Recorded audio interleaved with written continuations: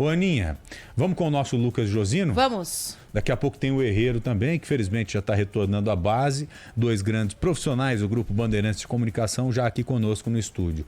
O Josino vai abordar aquele assunto lastimável, aquele assunto absurdo envolvendo as pedras que foram colocadas debaixo de uma ponte. Para quê, Ana? Para espantar morador de rua. Exatamente, na intenção de que eles não ficassem por lá, e aí qualquer outra desculpa que venha atrelada a isso não nos interessa, né? Porque tem gente que fala que isso é para evitar uso de drogas, que é para aumentar a segurança da região, enfim, é desumano, é cruel. Tanto é que depois da repercussão negativa, você mesmo estava lá enquanto a prefeitura começou a remover esses blocos de concreto, essas pedras que foram colocadas nesse viaduto, né, Josino? Boa tarde. Exatamente, Fala, Ana. Josa. Boa tarde pra você, pro Joel, um abraço pro ouvinte ligado aqui no Bora Brasil da Rádio Bandeirantes. Pois é, por volta das 11 da manhã, a prefeitura mandou alguns funcionários de obras lá até o viaduto Antônio de Paiva Monteiro, que é um viaduto importante da cidade de São Paulo, faz uma ligação entre a Radial Leste e a Avenida Salim Faramaluf, ali no bairro do Belém. E por volta das 11, então, os funcionários começaram a quebrar todas essas pedras que a gente viu hoje cedo na tela da Band, aqui na Rádio Bandeirantes também. Milhares de pedras que foram colocadas há 3 meses embaixo de 2 viadutos na Zona Leste de São Paulo, locais conhecidos, bastante conhecidos, por morar e abrigar pessoas em situação de rua. Há anos, pessoas vivem ali, moram ali, dormem ali, se abrigam em dias de chuva, em dias de frio. Inclusive, tinha até um morador de rua lá hoje que teve que subir no ponto mais alto do viaduto, na parte de baixo dele, que ele dorme ali porque ele não conseguiu ficar onde colocaram essas pedras, Joel. E essas pedras, cada uma era de um tamanho diferente e espaçadas, justamente para evitar que essas pessoas não colocassem algum colchão, algum cobertor e não conseguissem ficar sentadas ou deitadas nesse espaço. Inclusive, a gente até fez algumas imagens andando sobre essas pedras e é difícil, quase é impossível você andar ali, você quase cai, porque é muita pedra e pedra diferente, pedra uma diferente da outra. Se você cai ali, pode até se lesionar de uma forma com gravidade. E a prefeitura então começou a remover essas pedras por volta das 11 da manhã com 2 retroescavadeiras e devem continuar assim até o fim do dia para tirar todas essas pedras depois da repercussão. Isso gerou uma confusão, uma espécie de confusão dentro da prefeitura, porque a gente questionou qual era o motivo, a finalidade para essas obras. A prefeitura disse que não tinha conhecimento dessa construção que começou no mês de novembro e terminou na última quinta-feira, e que um funcionário, uma única pessoa, foi a responsável por ordenar essa obra em 2 viadutos, e essa pessoa, esse funcionário da Secretaria das Subprefeituras de São Paulo, foi exonerado do cargo. Ele foi demitido, foi desligado do quadro de funcionários da Prefeitura de São Paulo. Isso, claro, segundo a nota da Prefeitura, Joel e Ana Paula. O último censo de moradores de rua aqui da capital, de 2019, mostra que são 24 mil pessoas em situação de rua. E 2 mil pessoas moram embaixo desses viadutos. Você imagina só, a gente conversou com lojistas que ficam ali perto desse viaduto, eles disseram que dezenas de moradores de rua tiveram que procurar outro lugar para ficar porque ali não dava mais. Você conversou com esse coitado desse morador de rua? Você começou essa sua fala dizendo que ele teve que se abrigar, e aonde dava para abrigar? Acho que é aquela parte que fica bem em contato com a ponte mesmo, ali embaixo. Exatamente. Eu já vi muitas pessoas morando nesse tipo de local, e o nosso ouvinte da mesma forma.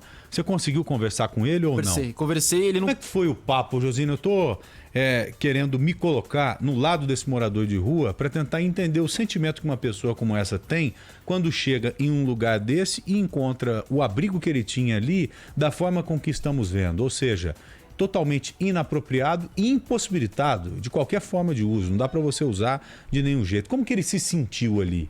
Foi uma conversa um pouco tanto difícil, viu, Joel? Eu cheguei para conversar com ele, o nome dele é Jairo, tem 54 anos e 24 desses 54 ele mora nas ruas de São Paulo.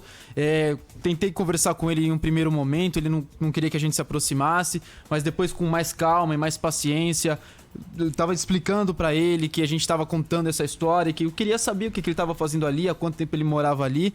Ele aceitou, e aí eu conversei com ele, ele me disse essa história dele, que ele já morou em vários cantos da cidade de São Paulo, gosta muito de andar e anda de um lado pro outro, já trabalhou, teve oportunidade para estudar, mas infelizmente ele tinha caído no mundo das drogas e estava morando em situação de rua.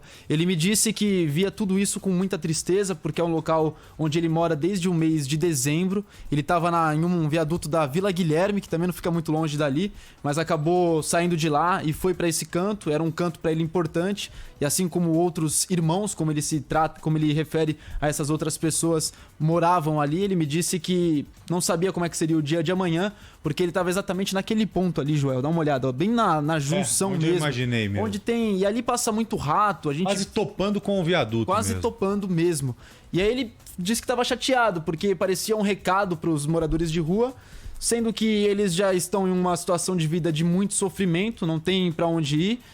E aí ele me disse que não sabia o que fazer no dia de amanhã e que talvez, se as pedras não fossem retiradas, ele teria que se mudar dali. Mas a prefeitura já começou a remover e esses paralelepípedos até o fim do dia não vão estar mais É lá. melhor a gente acreditar mesmo que tenha sido uma atitude isolada, sabe? Que uma pessoa teve essa ideia e agiu. É melhor acreditar nisso, porque se você conceber a ideia de que essa ação foi tomada de forma conjunta por várias pessoas, a situação é mais grave ainda, é mais absurda ainda. Porque quando você tem uma ideia absurda, você tem que ter alguém para falar: não, você está ficando louco, meu? O que é isso? Os moradores de rua, como o caso, dependem daquele lugar. Né? Então vamos acreditar que foi uma ação isolada, uma ação de uma pessoa só. Só que, Josino, nós recebemos várias mensagens de ouvintes e telespectadores dizendo que há outros viadutos no estado de São Paulo nas mesmas condições. Em São Bernardo, se não me engano, em Santo André, da mesma forma. Ouvintes e telespectadores que disseram que passaram por alguns viadutos que viram esse mesmo de estrutura aí, ou seja, pedra que foi colocada ou qualquer outro obstáculo que foi colocado para evitar que os moradores fiquem ali. Você ouviu isso também? Sim, ouvi. Inclusive, a gente recebeu várias mensagens. Essas mensagens foram encaminhadas pra gente. Inclusive, em São Bernardo do Campo, Itapecerica da Serra, em outros cantos da cidade de São Paulo, no Ibirapuera.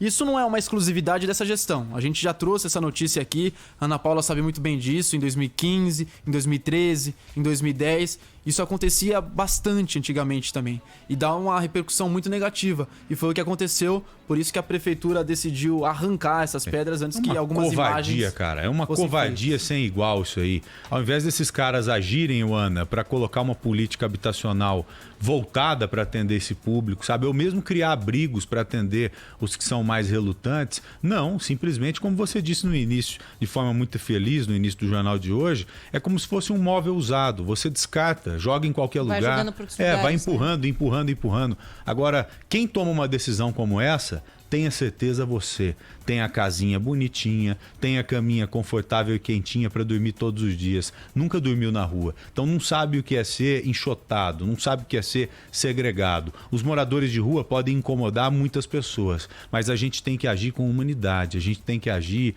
com carinho, com respeito pelo próximo. E não é colocando o problema debaixo do tapete que você vai resolvê-lo, de jeito nenhum. Uma ação inapropriada, absurda, descabida e que tem que ter alguma consequência. Porque não é possível isso aí. Não é possível. E cabe ao Ministério Público também agir e tentar entender o que esse cara fez. Esse cara ou esses caras fizeram. Né? Tem que entender e chamar na chincha. Fala: meu irmão, isso aqui é errado. Você não pode agir desse jeito, não. Se você não sabe o que é certo e o que é errado, nós estamos aqui para te ensinar.